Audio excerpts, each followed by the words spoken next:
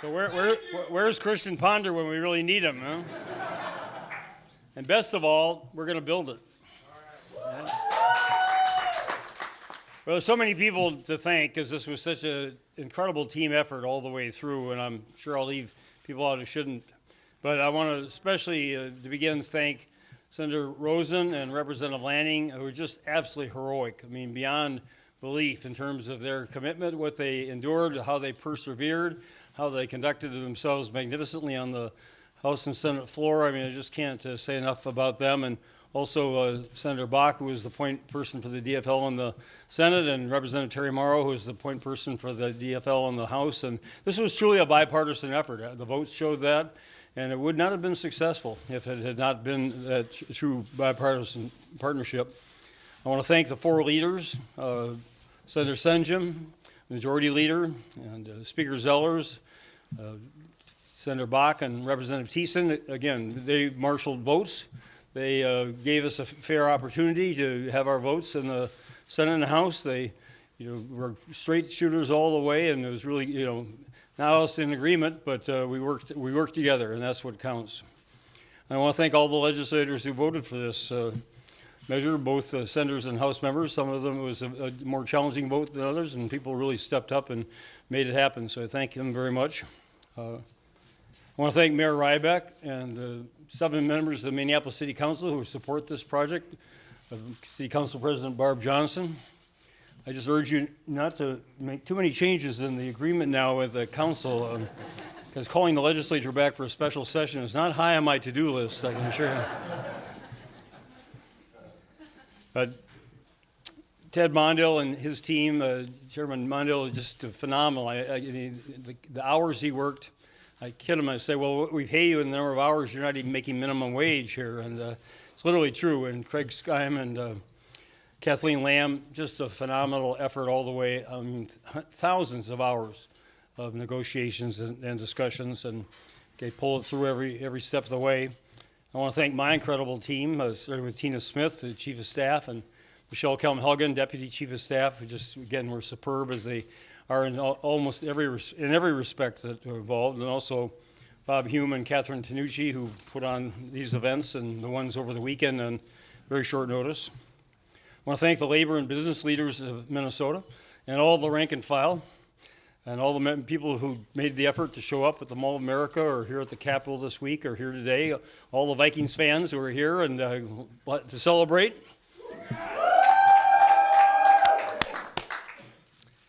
And I want to thank the Vikings organization, Lester Bagley and his terrific team. And last and most importantly, I want to thank Zygi and Mark Wilf. I want to say thank you.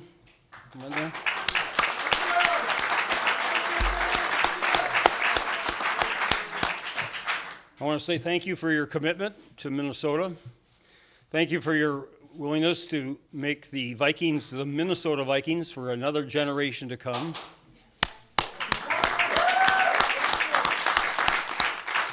Thank you for enduring all the ups and downs and backs and forths and twists and turns that are involved in this amazing, incredible process, and for suffering, enduring the invectives that are fired, which is not fun, I know from experience. And last night, when we came up $50 million short, the Wills stepped in just a heroic way, and without their willingness to take that last step, we wouldn't have crossed the goal line. So it was just, it really came down to, the depth and sincerity of their commitment to the team and to the state of Minnesota, and we're incredibly grateful to you, Zygi and Mark Wilf, for making this event here possible. Thank you very much. With that, I'm going to turn it over to the Senate author, Senator Julie Rosen.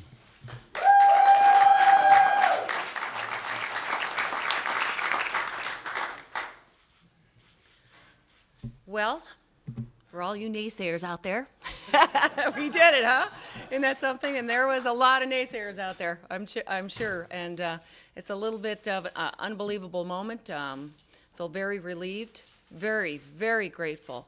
I think the governor summed this up very well to all the people that have been involved in this for the past 18 months. And so I don't want to go through the list again because then I am going to start crying. Some wonderful relationships have been developed here.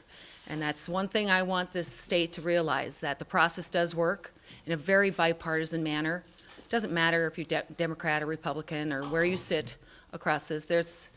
We can accomplish something good for the state. And we had our highs and our lows throughout the process, and there was a lot of lows.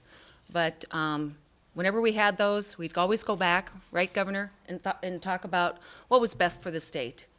And having this first-class stadium, moving forward with a wonderful partner with Minneapolis and, of course, the team owners, is the best for the state. And so with that, again, want to thank you, Governor, for being a wonderful partner also. It's been great. And a special, yes, thank you very much. And to all these people behind here, this has been a true, I'm just honored to be a part of this whole process and to have a chance to work with these people and deliver something to this state, to the people of Minnesota, that is a game changer. And I am just a little overwhelmed, but a special shout out to the House author, my good friend, Representative Lanning. I'm going to bring him up next before I start to cry. Let him do the ending here for me, because he's been an integral part of this all and pulled this all together, and a special thanks to the leaders also in all of this. So thank you.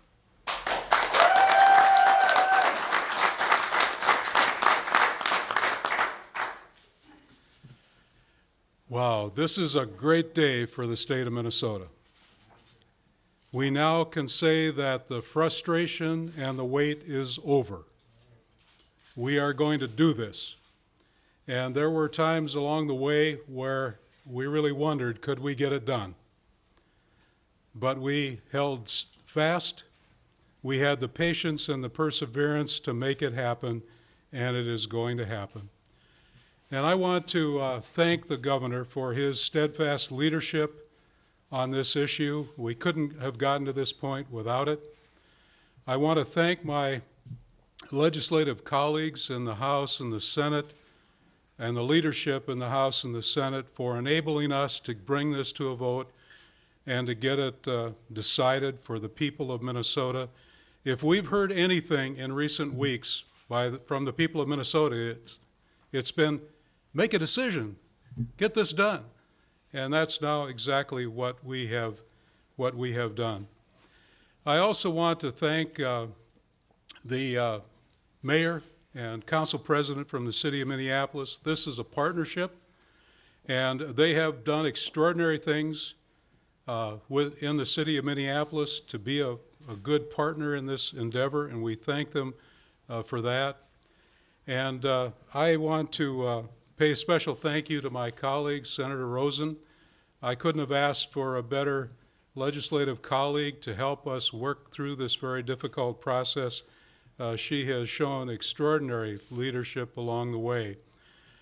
And to Mark and Zygi, we all in the state of Minnesota owe you a big thank you for your commitment to this state, for your investment in this state.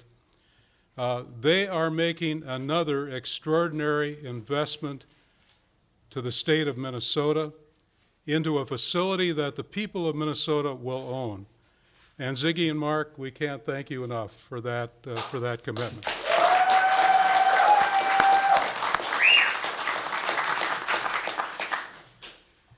Now we've got to get about the job of building a good facility, and that's going to be a long and difficult challenge as well.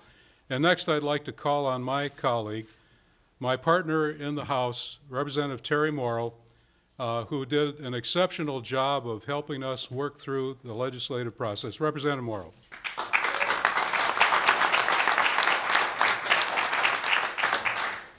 For years in Minnesota, the questions have been if and how, and today the answers are now, when and now. We're doing it. We got it done today, and I want to thank Governor Dayton as well. I've been honored and humbled to be a small part of this process, and I've been very grateful, and am grateful for the opportunity to show that a bipartisan solution can be found in politics.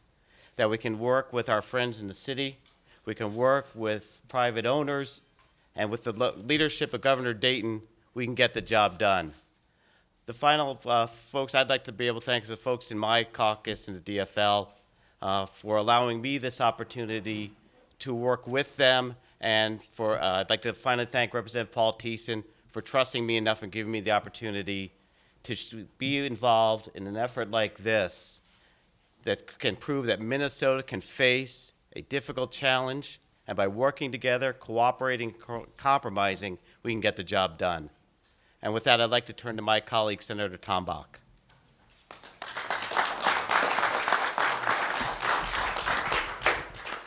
Thank you, Governor Dayton, for making this a priority. Governors get most of what they want. And I think there were a lot of people who were a little uncertain about that, but Governor Dayton really provided the leadership to get this to the next level. And certainly to the Wilf family and their commitment to our state and their endurance. I remember shortly after they bought the team, the Senate had passed the stadium bill in 2006 that built a stadium for the Vikings. And Don Betzold was the author. It didn't end up happening that year. The Vikings were told that they had to wait, that we were going to build a stadium for the Gophers and for the Twins, and the Vikings would have to wait. Shortly after that, I remember getting the call, you need to go down to Winter Park. And I went down to Winter Park that day with Senator Betzold and Senator Dean Johnson, who was the majority leader at the time, and Senator Poggemiller, who chaired the tax committee, and they told me they were going to leave Anoka County and go back to Minneapolis. And I thought, holy man, a whole nother turn of events. So we've been at this a while, and the Wilf family has been just incredibly in the game. And I got to tell you, most of you probably aren't going to believe this. I always knew this was going to happen. And I'll tell you why. When business and labor in this state get together and put both of their names on a letterhead, like Harry Melander with the State Building Trades and David Olson with the State Chamber did, don't underestimate the power of business and labor in this state when they both pull on the oar. And the other thing that I think showed me that this is going to happen, and Senator Rosen was a little mad at me for a little while, but I know she's gotten over it. I had been the 2010 author of the bill, and then we lost the majority. She became the lead on the Vikings. She got a bill all drafted, and she came to me, and I wouldn't sign on it. And I said, I want Senator Senjum to sign it with me. Both leaders from the Senate. And shortly thereafter, snow was on the ground, but Senator Senjum provided the leadership that we needed to move this stadium through the state Senate when him and I both signed the bill with Senator Rosen. And that day I knew that if both leaders of the state Senate and both caucuses wanted to get this done, it was going to happen. And then the next event that I'm going to always remember Friday the 13th after this. Some people think it's a bad luck day, right? Friday the 13th, I was coming back from my cabin in Canada on the Easter break, and I got just past Ash Lake on Highway 53. And I'll always remember the spot, and my phone rang, and it was Dave Senjum. And he said, Tom, I need your help. I cannot get that Vikings bill out of Senator Vanderveer's committee. I just can't get another Republican vote. I need your help. And I said, let me talk to a couple of people, David, and Monday or Tuesday, let's get together and we'll figure this out. And Monday, April 16th, the bill went down in the House. And Tuesday, I went to Senator Senjum and I said, Senator Senjum, have Senator Vanderveer call a committee hearing. Let's get this bill moving in the Senate. And Senator Senjum and I and Senator Rosen have been a strong team in the Senate moving this forward. So for me, Friday, April 13th was an important day. And then certainly when the fans weighed in, another pivotal time in the whole progression of getting this done. You made an incredible mark on your legislators, I can tell you. We don't You know, if legislators aren't any different than anybody else, we sit around and have coffee together and we talk about what kind of email we're getting or what kind of mail or phone calls people are getting. If you get 6 or 8 on something, people talk about it. I got 987 between 10 o'clock one night and 6 o'clock the next morning. So, fans, you did a remarkable job. Thanks. This happens largely because of you. You weighed in with your elected officials. Other people did everything they could do. It was a remarkable effort on the part of everybody. So thank you, everybody. This is a great day for our state. And, I now would like to introduce them. Oh, Senator Senjum.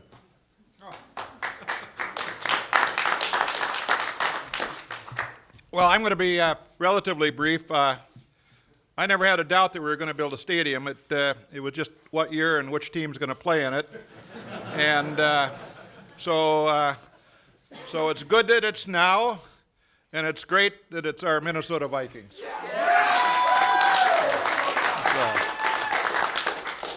Next, Zygi Wilf, we need a Super Bowl, not only in Minnesota, we need a Super Bowl winning Minnesota Vikings.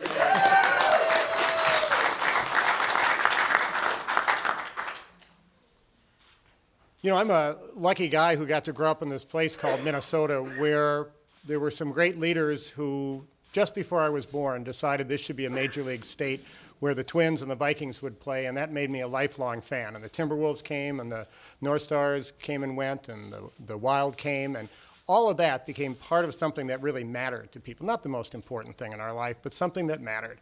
And now what we've seen here is a group of leaders have once again ensured that a whole other generation, at least, will be part of making Minnesota a major league place. And that matters, I think, in a big, big way.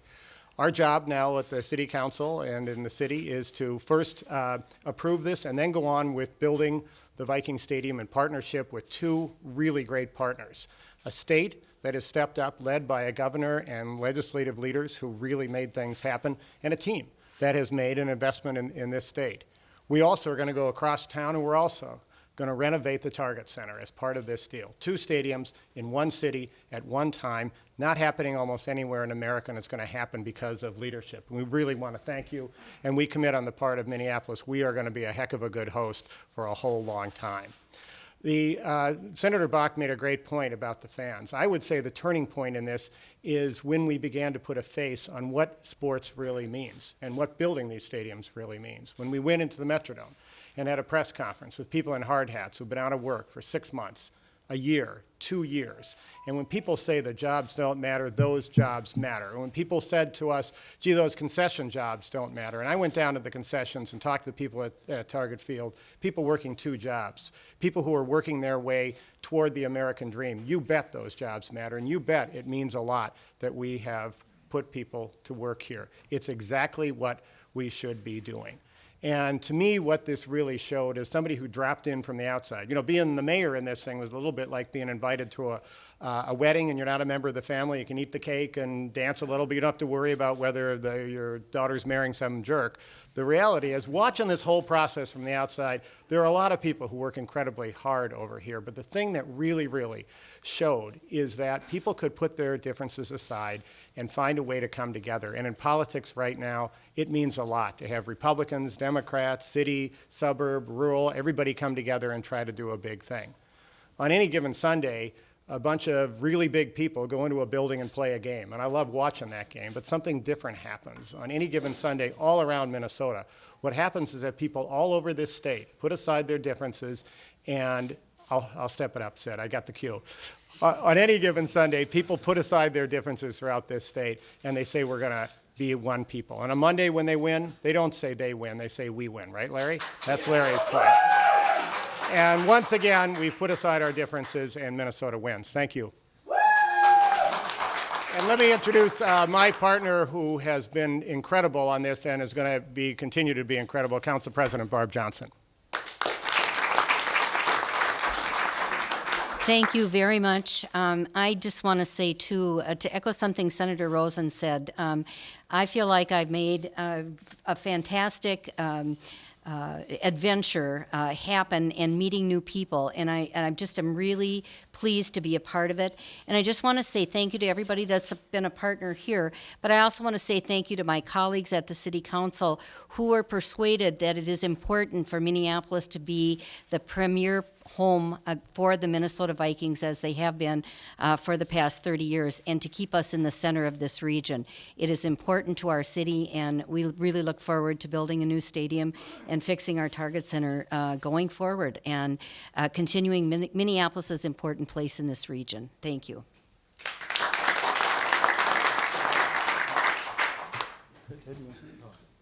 So now we have the real heroes of the day, Zygi and Mark Wilf, and you know, we're going to teach you to say "you betcha," and we're going to adopt you as Minnesotans.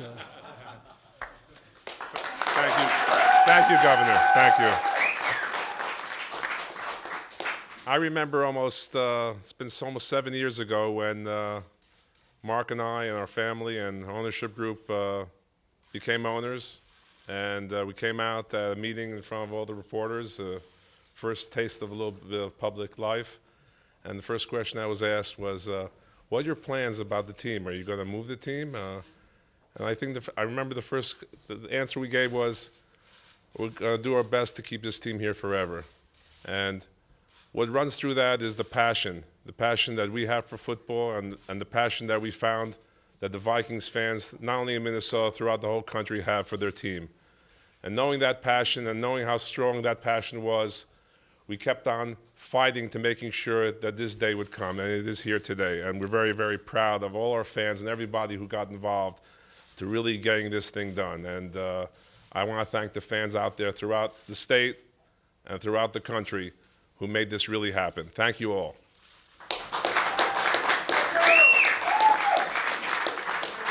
Like I say, it's a great day for the state of Minnesota, the city of Minneapolis, Viking fans here and afar.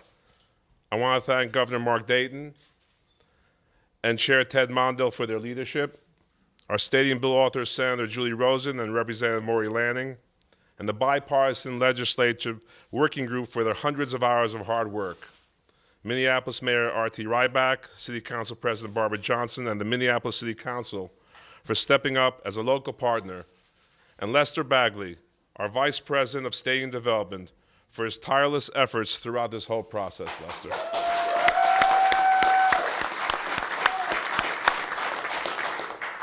I also want to thank the entire Minnesota legislature for having a willingness to work on and advance this important issue, and for their incredibly hard work to find a resolution. Today marks the beginning of some exciting times ahead in Minnesota. This facility will offer opportunities to attract major events to the state and the community, including NCAA Final Fours, a Super Bowl, Major League Soccer, concerts, and other community events. These events will bring significant revenue and economic activity to the Twin Cities. The passage of this bill also provides long-term stability for this franchise. And as owners of the Vikings, our goal has always been to resolve the stadium issue in Minnesota and ensure the team stays where it belongs, in Minnesota. Today's vote makes that a reality. Again, thanks to everyone for your incredibly hard work. We look forward to Governor Dayton signing this bill so we can celebrate this future state asset together.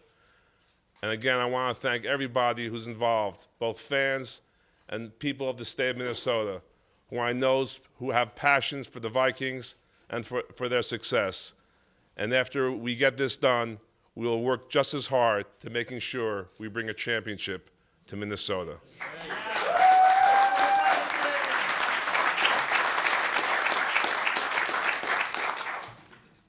This is a very historic day for the state of Minnesota and in the history of Minnesota Vikings football.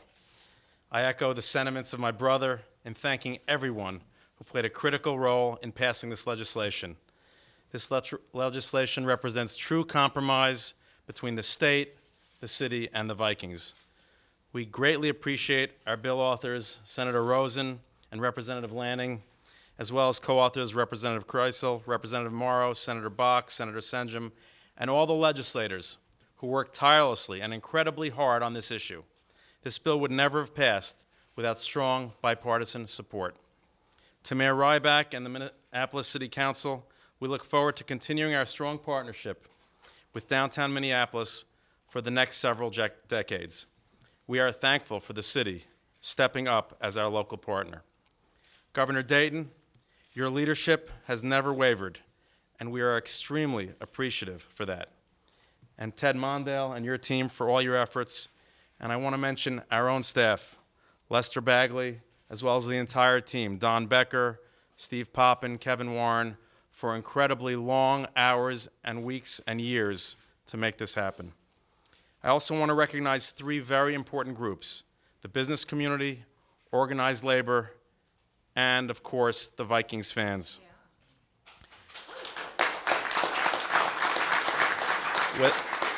Without the combined efforts of all three groups, we would not be standing here today. Vikings fans have always been recognized as some of the loudest and most dedicated fans in the entire NFL. And you made the difference, and you deserve this stadium. Exciting times are ahead in Minnesota. Over the next 4 years, thousands of Minnesotans will be put back to work on this project. We are committed to building an extremely exciting project in Minneapolis with a vibrant game day plaza, light rail station, and other opportunities that will help revitalize the downtown East neighborhood, and this will be truly special. And we'll commit, as hard as we work to this day, we will commit going forward that this will be first class and special and something that all Minnesotans can be truly proud of.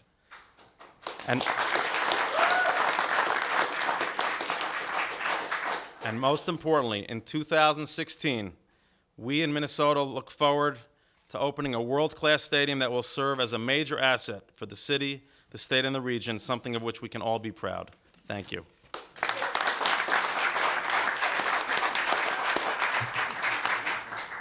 So we'll take questions on this subject, and I'll be back tomorrow morning if you want to cover other legislative matters. But today's spoken. Last night it sounded like the negotiations did get very tough, and there seemed to be that difference between the $25 and $50 million.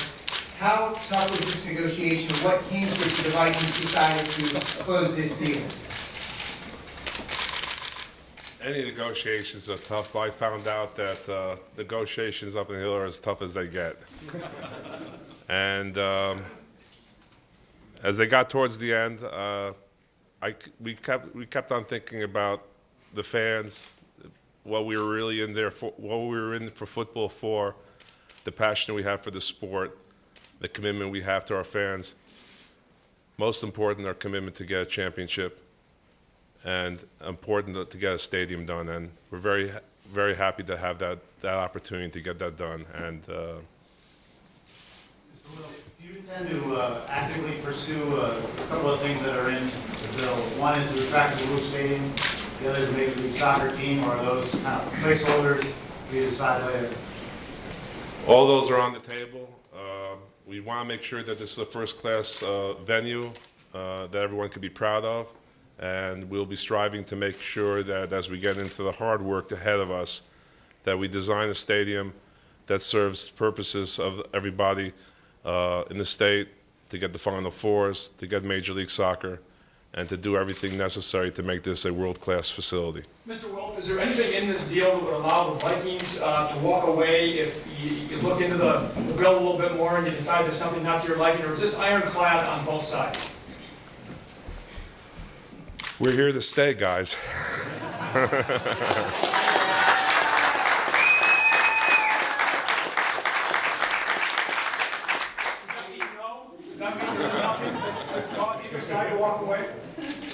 Zygi, over the last 7 years, there's been a lot of twists and turns, ups and downs, as everyone has said, and there were some people that were wondering if you would ever have to threaten to sell or move to kind of get the ball rolling, and you never did. And I'm wondering just how hard it was, or what went into that strategy, and do you feel great now that you never had to go down that road and you still were able to get what you wanted?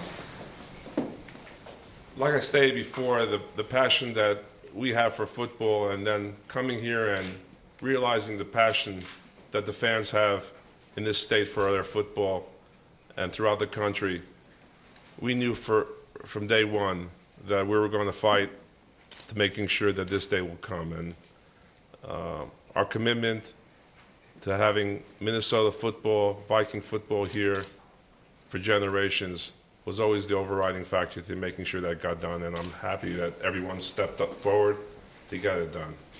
How does this help you with the other NFL owners, knowing that you'll be able to generate revenue at this location? How does that help you with the other owners, the NFL? Not considering that, I'm just considering making sure that that we get the stadium done and we bring a team here that we all could be proud of. So it's something that was focused for our ownership, making sure that Minnesota Vikings were here to stay. Ted, could you talk a little bit about the construction moving forward, what the process is going to be, and perhaps, Mr. Mayor, the same thing with Target Center. Where does this go from here moving forward? Well, the first step that needs to happen is a new authority is formed within 30 days. The governor has to appoint the new authority. And then there's a transition of the old authority in 90 days. But the first work we need to do is we have the operational term sheet, which is about 20 pages.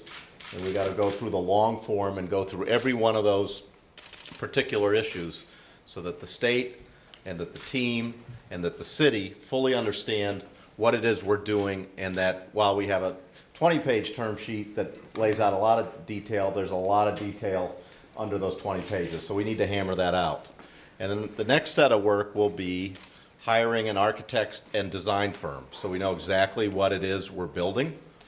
And I think right now, the way the statute sits, it has the public building the building, but it also says that we can come to agreement with the team building the building. So we have that discussion going forward, and I don't think, at least in my mind, there's any problem with the way we have this structured. We'll have about 90% of the decisions laid out as to what will be in the building. Obviously, the Wilfs and the Vikings will want this to be a world-class facility for football, and obviously the public will want this to be a world-class facility or a very good facility for baseball. Well, we all both want soccer now, right? And the other civic events that the Metrodome holds today.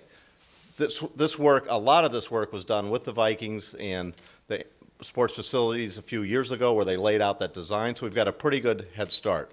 So as you look at the end of the first year, hopefully we're at the point where we've got everything laid out where we can go to construction. And then the goal at that time is, regardless of who is driving the train, if you will, is to be ready to be into the new stadium in 2016 and try to lessen the amount of time that the Vikings have to play at TCF Field. So that's the look ahead. 30 days to appoint a new commission, and then the work starts as to define what we're going to do, and then forward from there. In the most optimistic world, can you start pushing dirt yet this year? You want to give the Target Center thing, or do you want to go? Do you want to do Target Center? Why don't you finish this and I'll come back to the Target Center? I think it would be, you'll probably have about a year of architecture and design work. And given the time frame we have, and things obviously change, we look at about a 20 to 22 month construction period, which gives us a lot of room to hit these things on time. But we don't have time to sit around. Maybe we'll get a little sleep this weekend, Governor, if that'd be okay. I'm going fishing. You have fun with that, and but we need to start work immediately to be able to hit the time frames, because we want to build it under budget. We want to build a better facility than we think today, and we want to get into it earlier than we think we can get. We think our time frames are conservative. We think our funding is conservative, and we're very optimistic about moving forward. Can you talk about some of those world-class features, what they would be? Well, what's the wish list? Well, we want to have a facility that meets all the NFL revenue needs, but much like, people said, in the old days they said, well, why don't we just have the Twins play in the Dome? It's a good field there, it's, they've got a rug and seats. And then when people opened the Target Field, they said, oh, that's what we're talking about. So we're looking at sort of a similar transition. If you're a hardcore football fan, you go see a football game at the Dome, it's great. If you're not a hardcore baseball fan and you saw a baseball game at the Dome, it wasn't so great. And so we want to have that same kind of game day experience, the same kind of thing, that this is an event. This is something you drive from North Dakota and pay $100 a ticket to go see and have the best day of the year. And there's nothing less than that should be the goal of the completion of this building.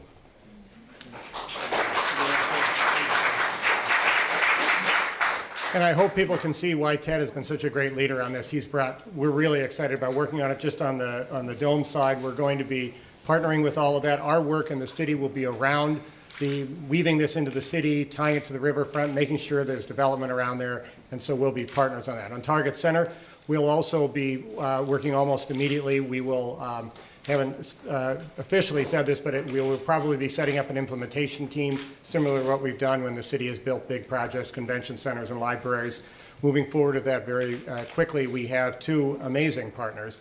Glenn Taylor, who owns both the Timberwolves and the Lynx, and then AEG, which is the manager. We have already done a lot of preliminary work on what will happen there.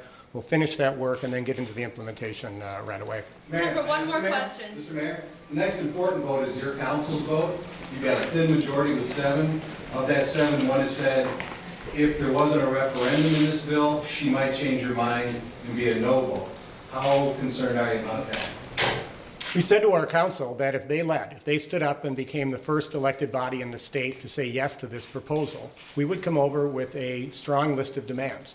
Every single thing we asked is in this bill, and we got more. We're confident the council will deliver because we have delivered what has been asked, and we're also very confident we'll get this done quickly. Are you worried about modifying the city charter? Are you worried about backlash? Given that voters won't have an input on how much is being spent? Voters have had a lot of input, as they say, as you've seen us go through all of this process. And I think the important part is that the citizens of Minneapolis are about to get $1 billion investment in one side of town, $150 million in the other side of town.